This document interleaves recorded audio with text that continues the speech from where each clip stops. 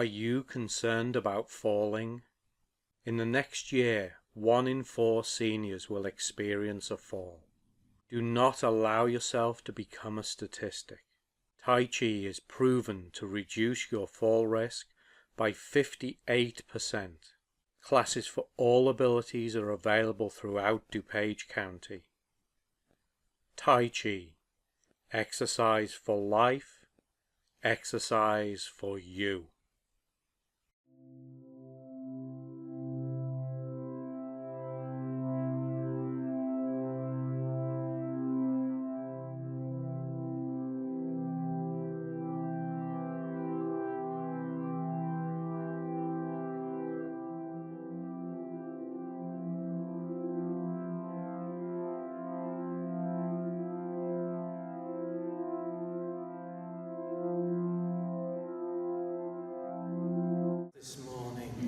All right, tap below your collarbone.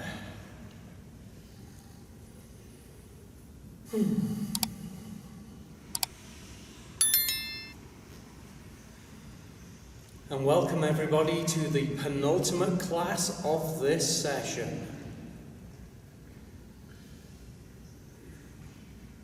Everybody is invited Friday at 12:30, the Shiki Buffet in Glendale Heights.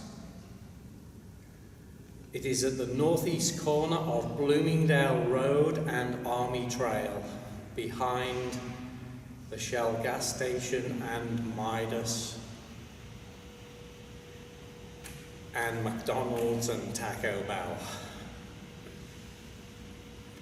Welcome to bring family and friends.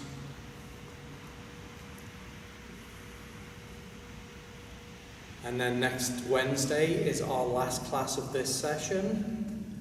And then we have 2 Wednesdays off. And we return, I think it's July 17th, something like that. Whatever that date is.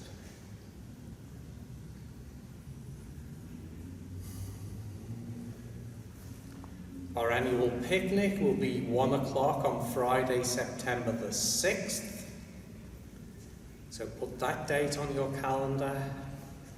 Churchill Woods in Glen Ellen.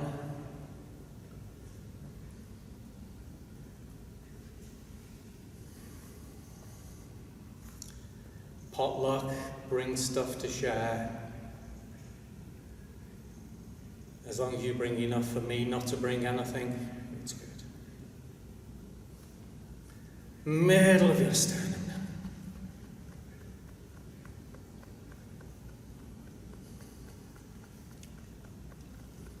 And I've had the question this morning of, could I teach people to play Mahjong? Is anybody interested in learning how to play Mahjong on a Wednesday morning from like 9, maybe 9 till 10:30, so before this class? 2 people. 2 people, possibly 3.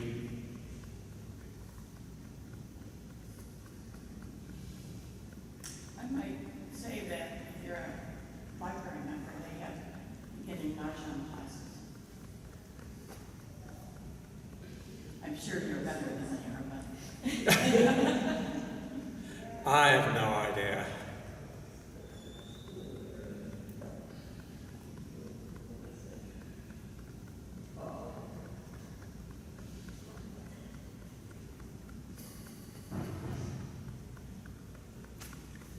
And then the side of your ribs.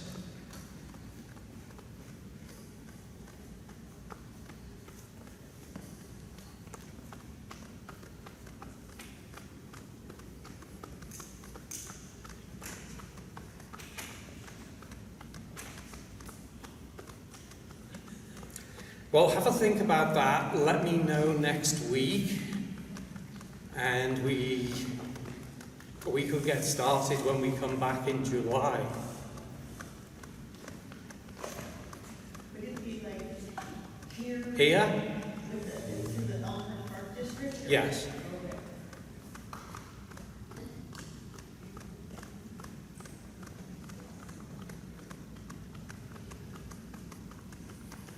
So there would have to be a registration fee, but not a lot.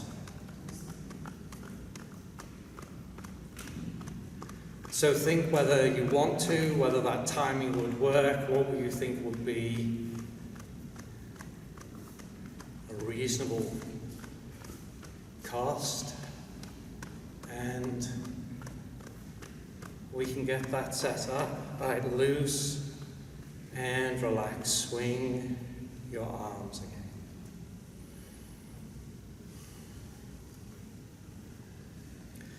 So this morning we are going to go through the 7-star Tai Chi again. I know today was supposed to be the day when you were going to come in and demonstrate it for me. Good one. Well, remember, it wasn't me that said that, it was you that said you needed a fortnight in which to do it. I'm thinking 7 years now. You're thinking 7 years now. If you can come in here after coming to classes for 7 years and show me, I will be very, very happy.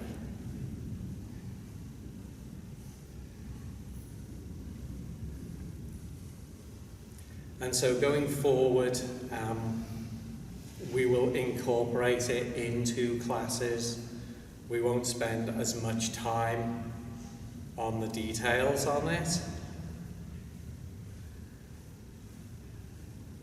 But we will continue with Shibashi and all of the other things that we do. So those are not going away by any means. This is an addition to what we do.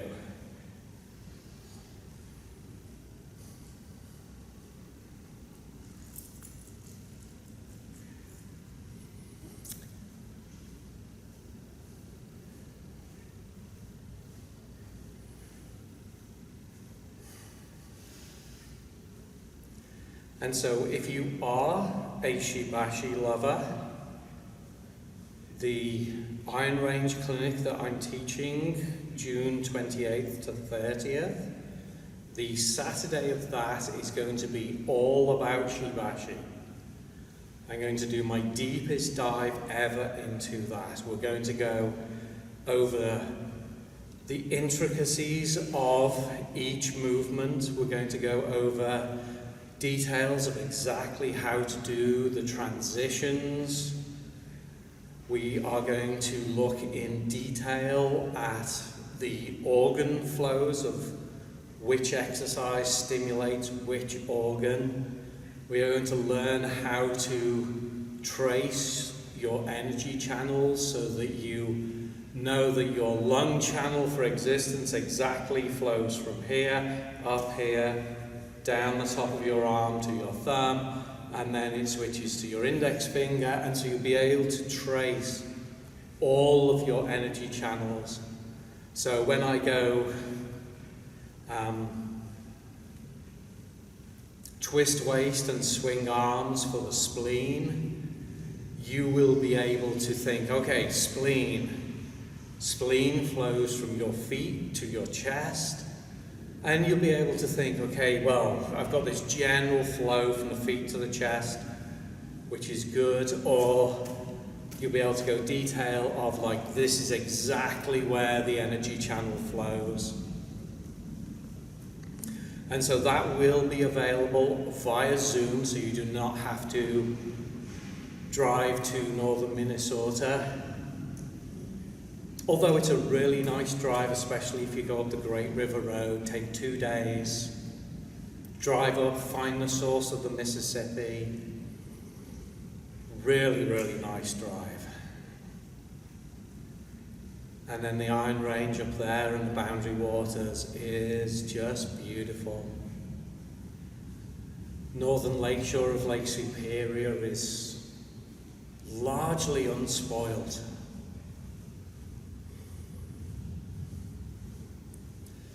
And then Sunday morning will be a whole bunch of Qigong exercises. Sunday afternoon is going to be a class on numbers, of why different numbers are important to us and what we do. Why is 2 important? Questions like that. Why is 2 important? Why is 2 too important? Why is 2 too important to you? Now, this is a question. Why is 2 important? Stunned silence. It's a lot easier answer than you think. Oh, we definitely need to take this class then. Yin and yang. That's why 2 is important.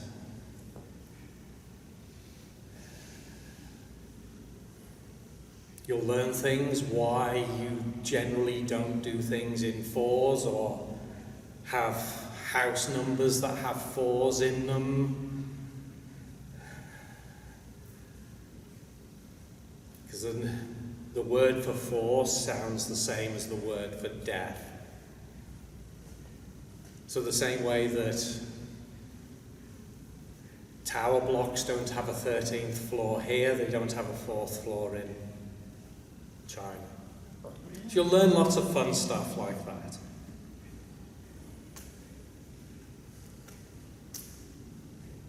Right, so allow your arms to come to a rest and turn your waist and allow your arms to swing on their own.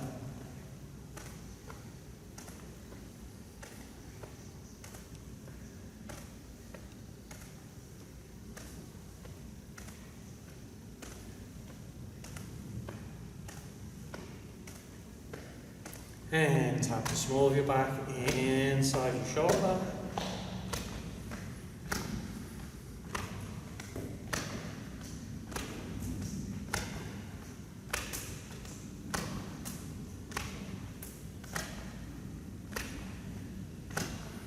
And take your arms out. Bring your waist to rest. Rub your palms.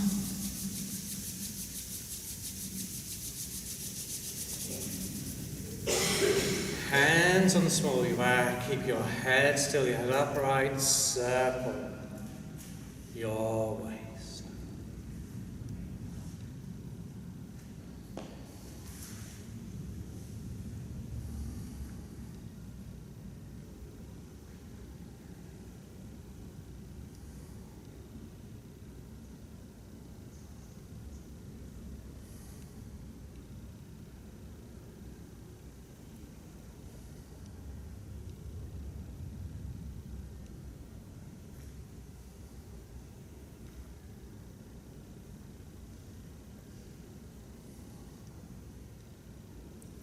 One more.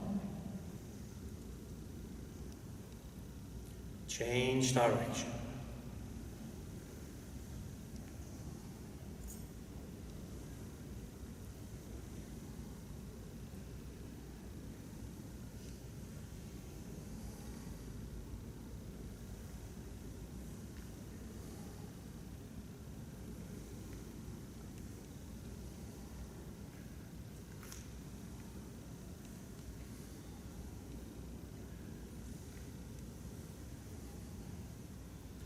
One. And tap the ball with one foot. Tap the ball with your other foot.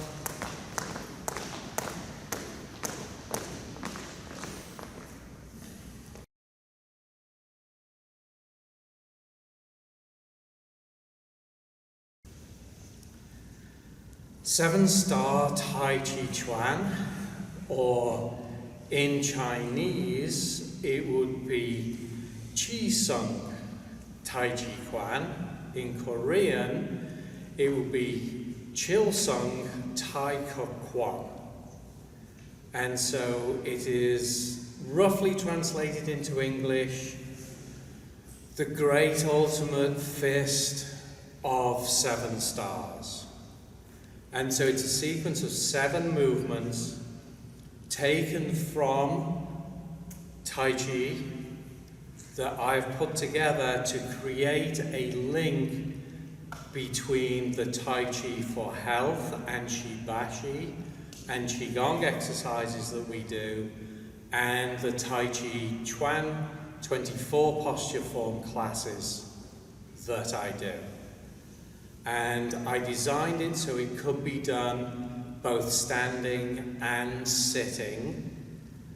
And the difference between standing and sitting is just what the benefits you get. If you are standing, you are going to get more benefits of balance. If you are sitting, you are going to get more benefits on organ stimulation and core strength. So one is no better than the other, they are just different. And most people will find that sitting is actually harder work than standing. So we have a couple of principles that we need to think about when we are doing this. The first one is the idea of embracing a ball. So you bring your arms up and you imagine that you are holding this ball within you, like a Swiss ball. So it is spherical. And this is a metaphor for yin and yang. So you think about the two-dimensional drawing of yin and yang, of the black and of the white. It really is a three-dimensional, constantly moving concept. And this is what you are embracing when you do this. Your arms are going to be out at roughly the distance of your emotional levels. It is where most people will experience their personal boundaries. You know, this is my personal space. Now you can embrace your ball and you can hold your ball on the left, so your left hand would be on top, or you can hold it on the right and your right hand would be on top. As we do movements, we will have these ideas of that you make your ball, you split your ball, and various different things and ideas of how we move our arms. You will notice that the majority of the time, your arms are in this nice rounded shape with your elbows down and relaxed. The same sitting down as it is standing up. The other concept that we have when we are standing is with our feet and how we step. So when we're standing, we're going to be stepping to the left and the right corner. When we're sitting, we're just going to be placing our foot to the corners. So when you step, you're going to put your foot pointing on a 45-degree angle, and you are going to be shifting your weight from one foot to the other, turning your belly button as you shift in different ways. Ideally, when you are on the back foot, all of your weight is on your back foot. When you're on your front foot, you have about 2/3 of your weight on your front foot. And your front shin should be about vertical. So we're not pushing our knees forward, we are dropping our weight down to bend our knees. Now when you look at the direction of your feet, your back foot is pointing forward, your front foot out to the corner on a 45-degree angle. If you were to project a line along the inside of your front foot and slide it back, it would miss your back foot by about 3 or 4 inches. And so it means that when you turn forward and your belly button is pointing in the same direction as your front foot, your waist and your hips feel comfortable. If you don't have that space, it will be like you're trying to turn too far. So you want to make sure what I would refer to as railroad tracks between your feet. So imagine 3 or 4 inch wide railroad tracks, and your feet are outside of those tracks on that 45-degree angle. Now this doesn't matter when you are sitting down, okay? But when you're standing up, it's this stance, which we call the bow stance, that gives you your stability. Okay, so you're going to feel safe, you're going to feel stable here, particularly if you drop your weight down and keep your back up straight.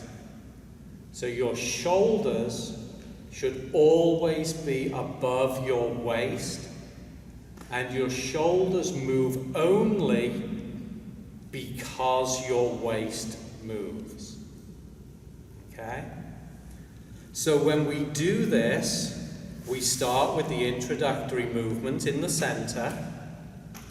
We then do parting the wild horse's mane to the left, to the right, brush knee and push to the left, to the right, and then in the center we do wave hands like clouds to the left and the right at the same time. Then to give us balance, we step out with our right foot, we do fair maiden passes the shuttle to the right, to the left. Then we do grasping the sparrow's tail to the right, then to the left, and then we do cross arms in the center. So we have the first and end movement we do in the center, the second and third movement left and right, the fifth and sixth movement right and left, and then the center movement we do left and right at the same time. So it's a very, very balanced sequence. Okay?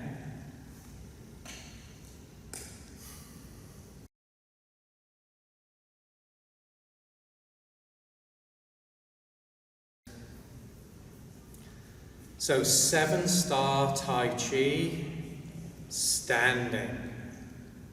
We want to be feet shoulder width apart, toes straight forwards, knees relaxed, back up straight, head up tall, arms relaxed, comfortably at our sides. So our first movement, the introductory movement. Our hands float up to the height of our shoulders, and as our hands sink down, our legs are going to bend.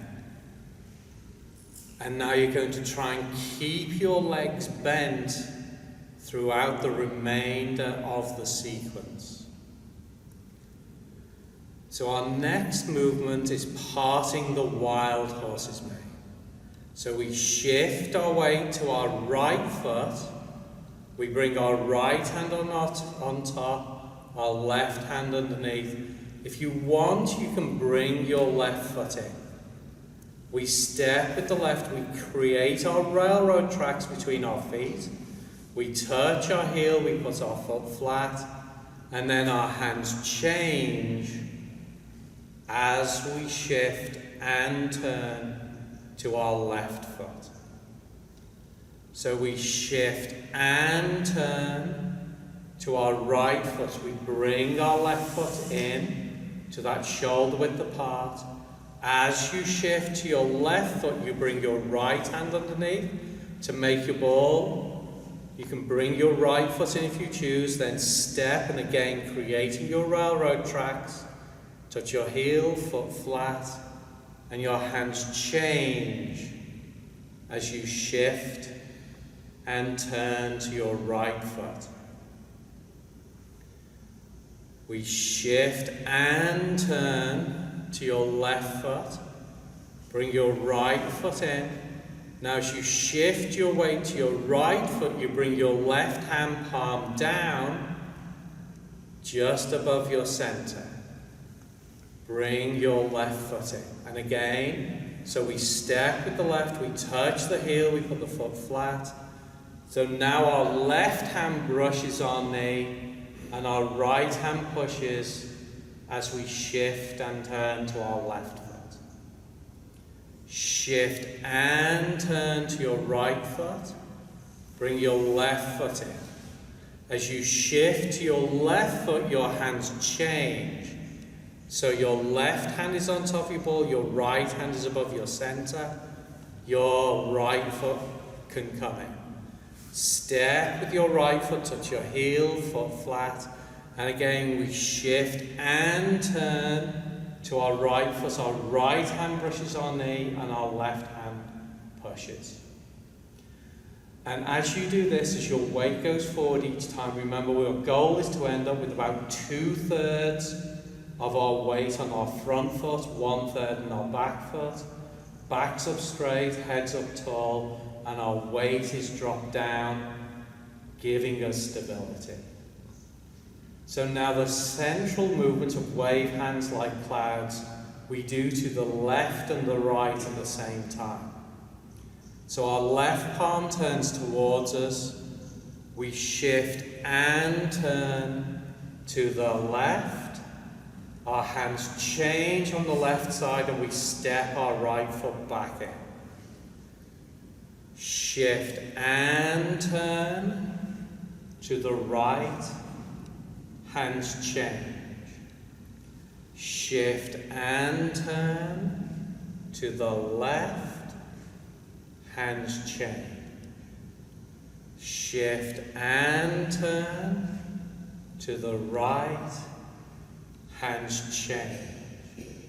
Shift and turn to the left. Now we're back on the left side.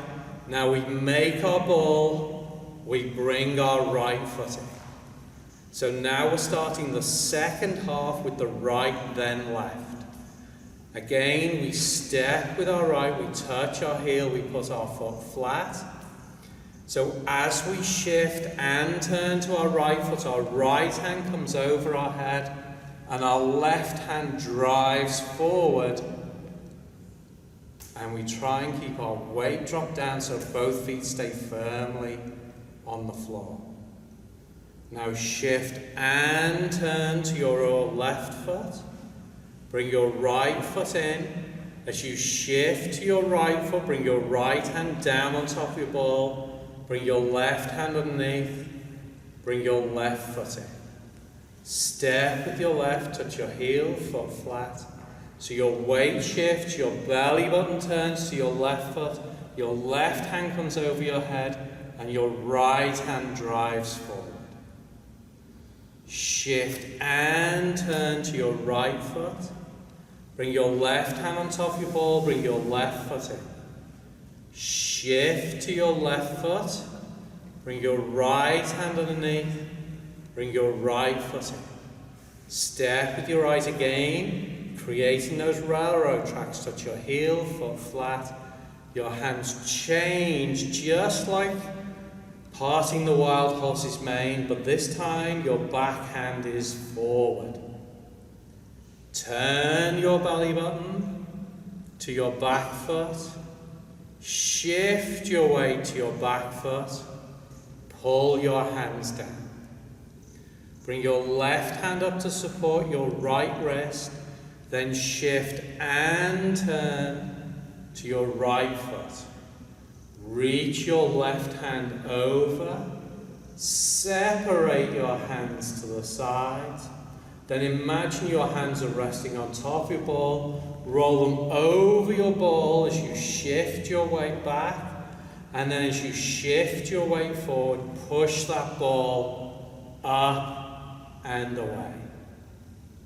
Then we shift and turn to your left foot. Bring your right foot in. As you shift your weight to your right foot, bring your left hand underneath your ball. Bring your left foot in. Step with your left. Again, railroad tracks, touch your heel, foot flat. Hands change as you shift and turn to your left foot. Again, right hand is forward. Turn your belly button to your right foot, your hands turn over. Then shift your weight to your right foot and your hands drop down. Bring your right hand up to support your left wrist. Shift your weight and turn to your left foot. Reach your right hand over, separate. Shift your weight back, roll over your ball again. Then shift your weight forward, push it up and away. So remember, we always end up with 2/3 of our weight on our front foot. And if you look at your feet, you have railroad tracks between your front and your back foot. Then to close, we shift and turn to our right foot. We separate our hands. We bring our left foot in, shoulder width apart. And we settle in the center. Our left hand comes up, followed by our right. To the height of our nose, our hands separate. And we bring our hands all the way down to the front of our legs. So a very balanced sequence with 2 central movements, 2 left then right, 2 right then left, and 1 movement that is both left and right. And so remember, most people will get to know the physical movements before they start to think about the breathing. And ideally, your breath controls your movement so that you breathe comfortably and you adjust your movement to your breath, which sometimes is tricky to do when we're in classes. So if we think about the breathing, once you've got the first movement, you really should be good because there's no tricky changes or anything with the breath. So you inhale, your hands float up to the height of your shoulders. Exhale, your hands sink down. So we inhale as we shift to our right foot and make our big ball. Bring our left foot in. Exhale, step with your left. Hands change as you shift and turn to your left foot. Shift and turn to your right foot. Bring your left foot in. As you shift to your left foot, bring your right hand underneath. Bring your right foot in. Exhale, step with your right foot flat. Hands change as you shift and turn to your right foot. Inhale, shift and turn to your left foot. Bring your right foot in. As you shift to your right foot, bring your left hand palm down. Bring your left foot in. Exhale, step with your left. Brush your knee and push. Inhale, shift and turn to your right foot. Bring your left foot in. Hands change as you shift to your left foot. Bring your right foot in. Exhale, step with your right. Brush your knee and push. Turn your left palm towards you. Inhale, shift and turn to the left. Hands change, step your right foot in. Exhale, shift and turn to the right. Hands change. Inhale, shift and turn to the left. Hands change. Exhale, shift and turn to the right. Hands change. So left hand on top. Inhaling, turning to the left. Now we make our big ball. On the left side, we bring our right foot in. Exhale, step with your right. Shift and turn, bring your right hand over your head. Drive your left hand forward. Inhale, shift and turn to the left. Bring your right foot in. Shift to your right foot. Bring your left hand underneath. Bring your left foot in. Exhale, step with your left. Shift and turn. Bring your left hand over your head. Inhale, shift and turn to your right foot. Bring your left foot in. As you shift to your left foot, bring your right hand underneath. Bring your right foot in. Exhale, step with your right. Hands change as you shift and turn to your right foot. Turn to your left foot, palms turn over. Inhale and shift to your left foot. Exhale, bring your left hand up to press on your right wrist. Shift and turn to your right foot. Reach your left hand over, separate. Inhale, shift your weight back. Exhale, shift forward, push up and away. Inhale, shift and turn to your left foot.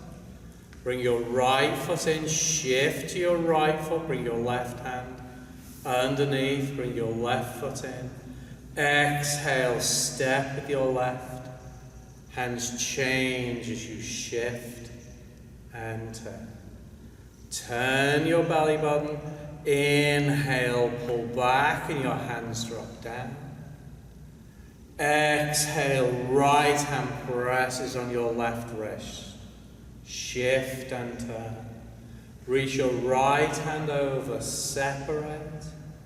Inhale, shift your weight back.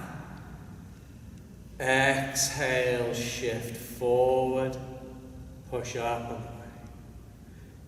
Inhale, shift and turn to your right foot. Bring your left foot in, shoulder width apart, settle. In the center. Left hand comes up, followed by your right to the height of your nose. Separate, exhale, turn them palm down, and bring your hands all the way down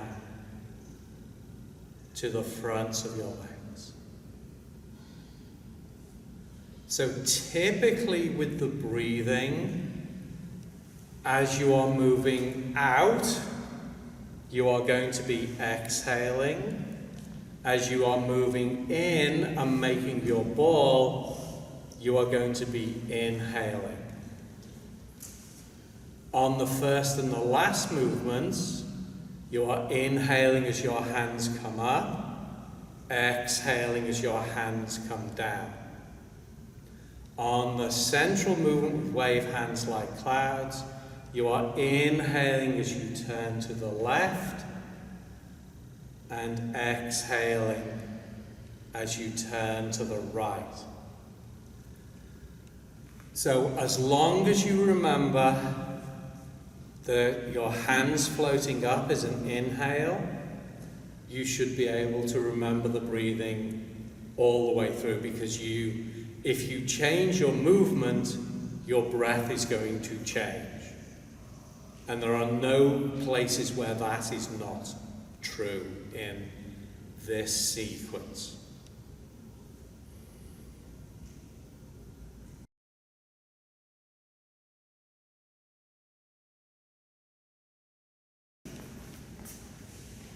Seven-star Tai Chi seated, the movements are exactly the same. The slight difference is the timing on them. When you're sitting, and there are people standing, you'll find that you may have to move a little slower at times just to coordinate the movements. So when we are sitting, we are going to put our foot out to the corner. Now, you can just touch your heel. If you are comfortable, you can put your foot flat on the floor. Your back foot always remains flat on the floor so that we have this connection with the earth. And again, when you put your foot out, ideally if you slide it back, you would have those railroad tracks. That will help you to turn your shoulders. So this is the big difference between standing and sitting. When you're standing, you move your waist, which moves your shoulders. When you are sitting, you can only move your shoulders because your seat is on the seat. So this means that you are using your core a lot more than standing. It also means that because you have this twist from your shoulders to your waist, that your internal organs are getting a really good massage as you do this. So as I said, sitting is no easier, and a lot of people think it's harder than standing, and the benefits are just different. One has no more benefit to the other. It just depends where you are and what you want to do. The greatest thing to do will be to do one sitting and one standing, and then you get everything. Okay?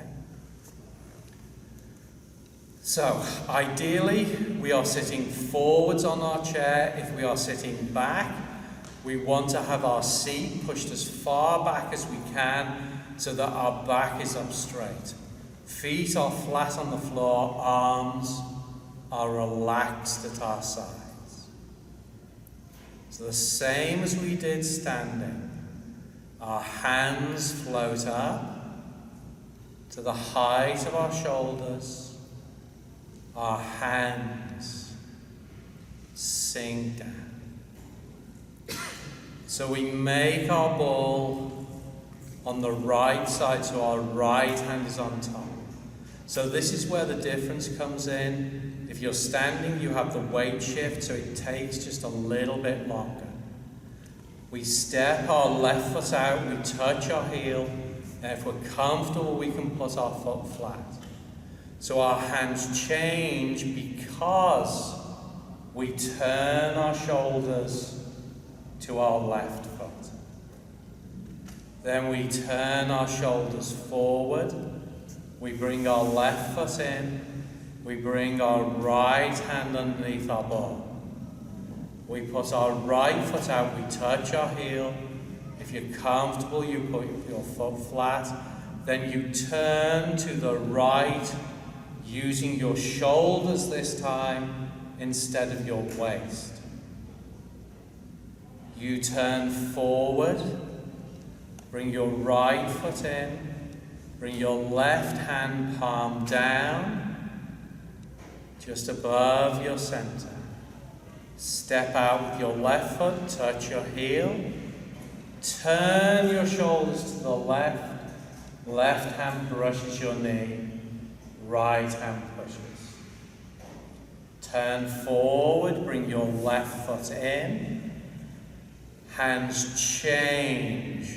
Now we have our left hand on top, right hand in front of our center.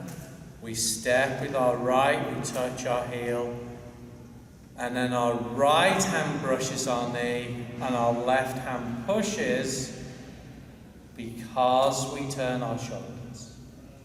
Then we turn our left palm towards us, we turn all the way to the left, hands change, and we step our right foot in. Turn to the right. Hands change on the right side. Turn to the left. Hands change. Turn to the right. So remember, all of this turn when you're sitting happens with your shoulders, but they stay above your waist. There's no leaning on this.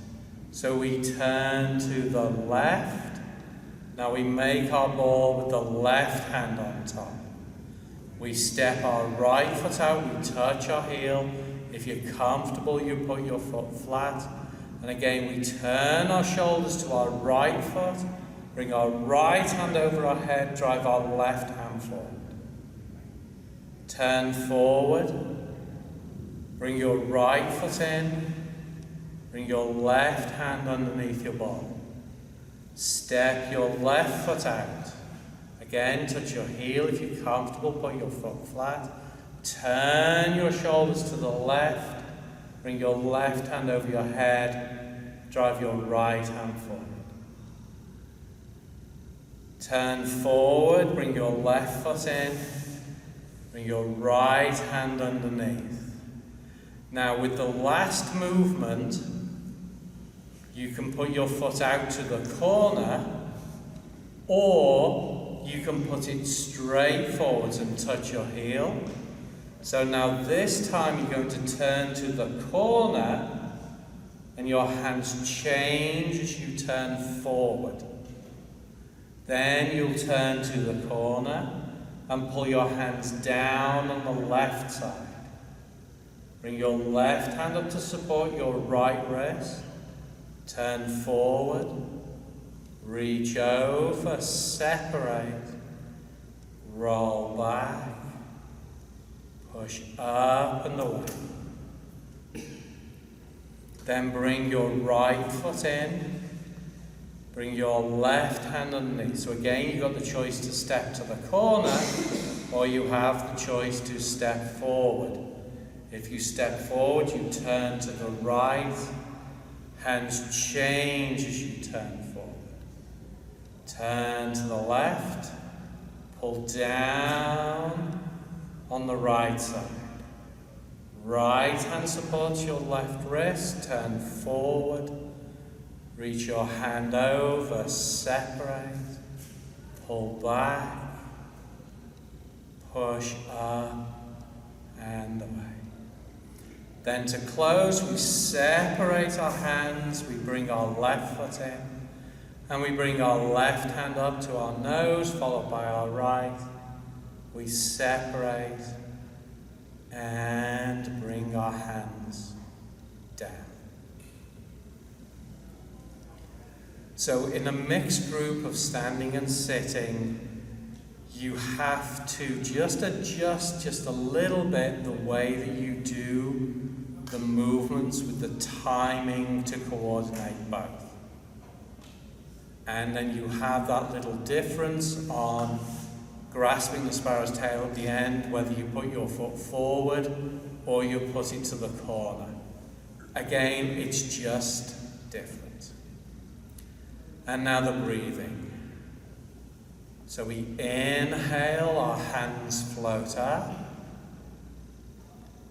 Exhale, your hands sink down. Inhale, make your ball on the right. Exhale, step your left foot out. Hands change. Inhale, turn forward, bring your left foot in. Bring your right hand underneath. Exhale, step with your right. Hands change. Inhale, turn forward. Bring your right foot in, bring your left hand palm down. Exhale, step with your right. Brush your knee and push. Inhale, bring your left foot in. As you turn forward, hands change. Exhale, step with your right. Brush your knee and push. Inhale, turn your left palm towards you. Turn to the left. Hands change, step your right foot in. Exhale, turn to the right. Hands change. Inhale, turn to the left. Hands change. Exhale, turn to the right. Change. Inhale, turn to the left. Make your ball and turn forward. Exhale, step your right foot to the corner. Turn your shoulders to the right, bring your right hand over your head, drive your left hand forward. Inhale, turn forward. Bring your right foot in, bring your hands underneath. Exhale, step with your left. Bring your left hand over your head, drive your right hand forward. Inhale, turn forward, bring your left foot in. Exhale, step your right forward or to the corner. Hands change. Turn to your other foot, pull back, your hands drop down. Left hand presses on your right wrist, turn to your right foot, reach over, roll back, push up and away. Turn forward, bring your right foot in, bring your left hand underneath. Step with your left foot either forward or to the corner. Turn to your left foot. Hands change. Turn to your right foot. Inhale, pull your hands back. Exhale, right hand supports your left wrist. As you turn to the left, reach your right hand over. Separate. Inhale, roll back. Exhale, push up and up. Inhale, open your hands, turn forward. Bring your left foot in. Bring your left hand up far by your right to the height of your nose. Turn and palm down. Exhale. Press down. All the way down to your sides.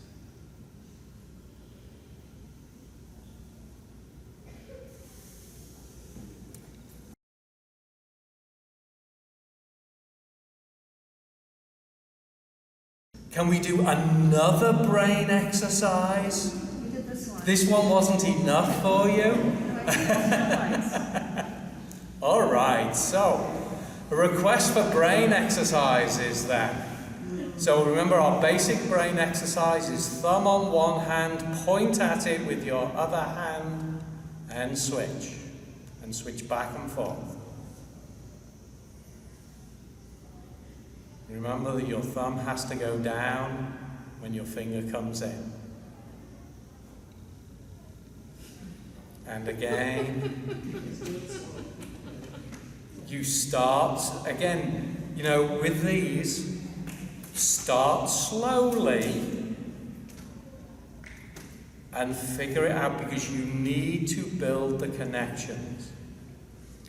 Remember that doing Tai Chi, that doing these cross-lateral exercises is just the same as going to the gym and lifting weights.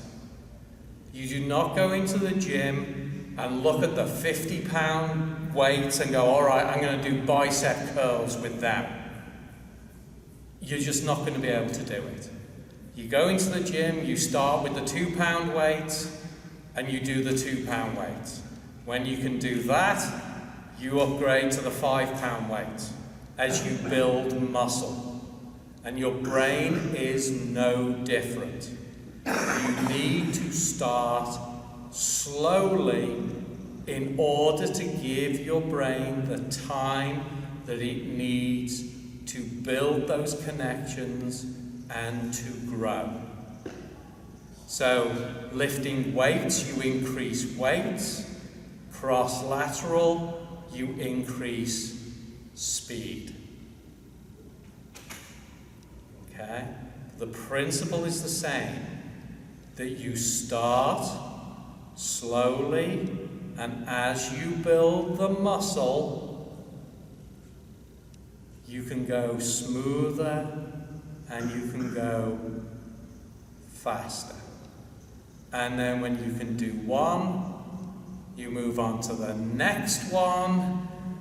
Let's go with bunny ears in one hand, point at it with the other hand, and switch. And switch back and forth.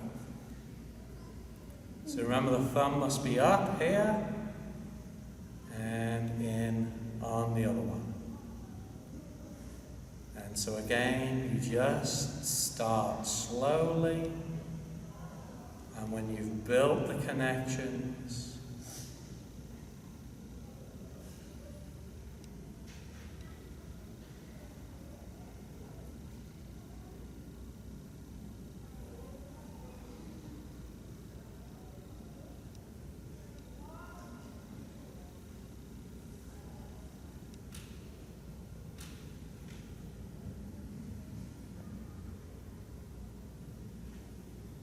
good. All right. Let's do, okay. Index finger on one hand, pinky on the other hand. And again, switch. So remember, you are getting one side of your brain to execute one action.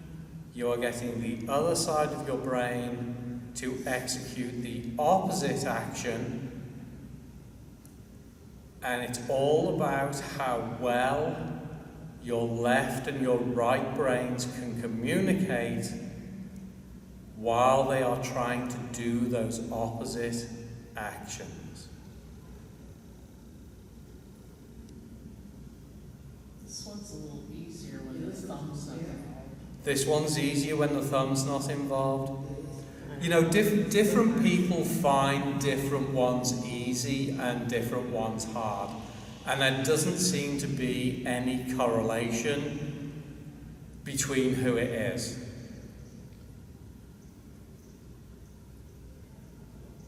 Okay? So I think it's just about how your brain is wired. Now, obviously, the goal is to be able to do as many as you can. Okay, and then move your fingers a little bit because you don't want your fingers to get too stiff. Does it matter if you look at it as you're doing it? Does it matter if you look at it as you're doing it? Some people find it easier to look at it. Some people find it easier to close their eyes and just feel it. Some people, like when their brain gets too involved, find it harder. And so they'll close their eyes so they're actually just feeling the emotion. And again, who knows who is what? So the basic idea is that you are doing one exercise with one hand, you are doing the opposite exercise with the other hand, and beyond that, it's like, what can you do? It's just go and figure it out until you can do it, and then once you can do it, come and ask me for a new one and I'll give you a new one. Good for confounding children and grandchildren and great-grandchildren. You know, I have two students. One has just become a great-grandmother for the first time. In one of my classes yesterday, and one should be becoming a grandmother for the first time today. And then you can always do the classic, rub your tummy and pat your head, but then rub your head and pat your tummy, and then switch hands, rub your head and pat your tummy, rub your tummy and pat your head. You know, everybody thinks it's just the one exercise with this, but there's really 4. Okay. So I have about an hour's worth of all those exercises. So once you've learned one, come and let me know and I'll give you another one. But really, really important to do to help promote your cognition, because physical things that require mental effort are incredibly good for your cognition. Cognition is not just about using your brain. Cognition is about using your brain and your body. And that's what we do in Tai Chi. Okay? We're using our brain to figure out how we do these movements and how we remember them, so it's all good for your brain. And the physical exercise that's always good for your brain is the neck rotations. That is really important for your cognition because it helps to open up blood and energy flow on the sides of the neck. Because if your brain is not getting the water, the oxygen, the nutrients that it needs, if it's not getting the waste products taken away, it doesn't matter how many cognitive exercises you do, you're going to have problems. So one of the most important things you can do is ensure that you are adequately hydrated. Your brain is a higher percentage water than anywhere else in your body. It is the first place that dehydrates. So make sure you drink plenty of water. So things like that will help keep you out of memory care facilities. So I do not want to see any of you in any of my memory care facilities. Okay? I mean, I won't be able to say anything about it because you won't know who I am, so, you know. But, you know, the whole process of Tai Chi and that study that I talked about a couple of weeks ago about gaining 3 to 6 years of brain health is hugely important. So, keep your brain healthy.